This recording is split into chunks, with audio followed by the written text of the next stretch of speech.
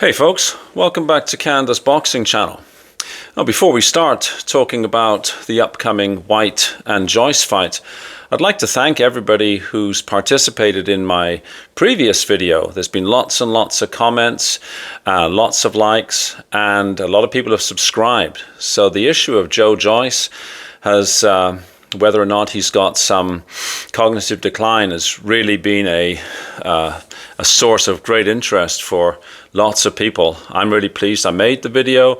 I'm super pleased that everybody has found it interesting and has been commenting and having a really good conversation going back and forth. This is exactly why I wanted to start this channel, so that boxing fans would have another place where we could sit and talk and kind of, chew the fat about these issues. Anyways, the fight that we all sort of knew was going to be announced was announced today. It's Dillian Whyte and Joyce, or Joyce and Dillian Whyte if you prefer. You probably already know what my thinking is on whether or not this fight should take place, but it looks like it's going to happen. It looks like it's scheduled for April the 5th, which is a Saturday. It's going to be held in the Co-op Arena in Manchester in the United Kingdom. So I thought I would just provide a few comments from things I saw in this launch press conference and an early preview of the fight, and provide my views on how I hope the fight goes, if indeed it does materialize. Now, Joyce has a warm-up fight in March, so who knows whether or not this fight will materialize. I think it will. So without further ado, let's just have a look at it. So Joyce, he's 39. His record is 16-3-0. He's 6'6", and he's got an 80-inch reach. Dillian Whyte, the slightly smaller man, is 6'4", with a 78-inch reach, but has a much more extensive professional career. It's got 31 wins and 3 losses. Now, this fight is scheduled for 12 rounds, which I was a little bit surprised at. I would have thought this would have been a 10-round fight, but it's scheduled, according to BoxRec, for 12 rounds. The initial press conference, I think, reinforced views that I have mentioned on the previous video, that Joyce excuse me, isn't the man that he once was, at least cognitively speaking. And in fact, Dillian Whyte was making fun of him in the press conference, sort of laughing at him, saying, "Hey, bro, you've been quiet for like 10 minutes. It takes you too long to answer. You need a better defense. Otherwise, you won't be able to find your way home." And really sort of going after him on Joyce's perceived mental slowness, his speech, and the fact that he freezes like that, which people were laughing at. In fact, Joyce was kind of laughing at as well. As you know, I don't really think that that's a laughing matter, but there's nothing I can do about that other than what I've done, which is comment about it on YouTube. If the fight was to take place, and let's assume it is, how do I see the fight going? Well, Joyce is slow. He's a plodder forward. Dillian Whyte is also well past his best, but Dillian Whyte, as we know, has a vicious left hook. He's got a very capable overhand right.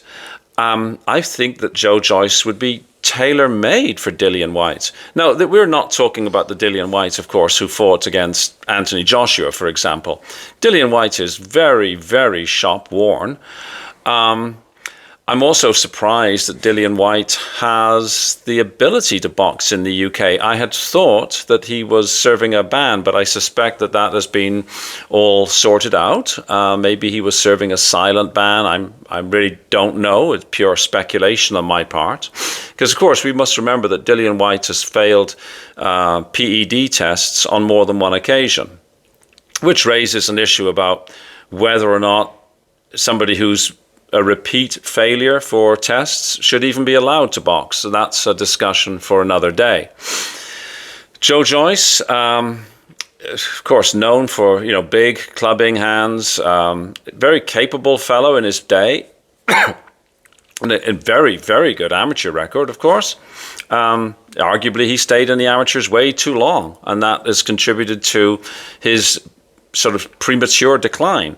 Because with 19 professional fights, he acts and speaks and maneuvers himself around the ring like a fellow who's had 50 or more fights. What would I want to see happen in a normal fight between Joe Joyce and Dillian Whyte, if they were both sort of at their peaks, is I would like to see Joe Joyce give Dillian Whyte a proper hiding, to be perfectly honest. And I think if they were both in their prime, it would have been a very good fight. I have to say that now my preference would be for Dillian Whyte to win. Not because I'm a fan of Dillian Whyte. In fact, I'm really not. I think Joe Joyce is a much, I don't say nicer fellow, but I can't think of a different term. He's a much nicer fellow, and my heart would be fully supporting Joe Joyce. But the reason I would like to see Joe Joyce not win this fight is it might underline his decline, and it might prompt him to eventually say, okay, that's it, I'm hanging up the gloves. If I can't beat a shop-worn Dillian Whyte, there is no career path for me. If, on the other hand, he beats Dillian Whyte, then I think he's going to be inspired to look for fights against more difficult opponents. That's the logical thing that one does, right? And then I think that the danger grows exponentially, and that he'll end up being put into the ring with somebody who could inflict the most serious of damage upon him. If Dillian Whyte wins, well, Dillian Whyte, who's a little bit younger than Joe Joyce, he may sort of feel that he's got more fights left in him, probably does. I have to say that my concern for Dillian Whyte isn't as much as my concern for Joe Joyce. Now, of course, I don't want to see either of these fighters end up being badly hurt, but I just don't, honestly, I don't care as much for Dillian Whyte as I do for Joe Joyce. So these are my initial thoughts, having seen the press conference this morning. I have to say also that Dillian Whyte does not sound like the Rhodes Scholar either. Now, Dillian Whyte, I'm not going to suggest that he has suffered as much damage, but I definitely notice a deterioration in the way that Dillian speaks as well. And I don't know, I don't really get any true enjoyment about watching fellows towards the end of their careers who've already taken a lot of blows, getting in the ring to wail on each other when there are better fights to watch. And in fact, one of the better fights to watch might be Okoli and Riakaport. That's a video that I'll make maybe next time, a little bit closer to the fight.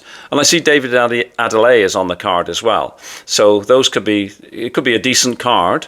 Delicious Ore is on the card. I don't think he's got an opponent yet. So it could be an interesting card. I will, of course, watch the Joe Joyce Dillian Whyte fight, but I'll be doing sort of one of these, with my hands up and sort of hoping that it's over quickly, and that nobody takes any unnecessary damage. So there we go. Please let me know your thoughts.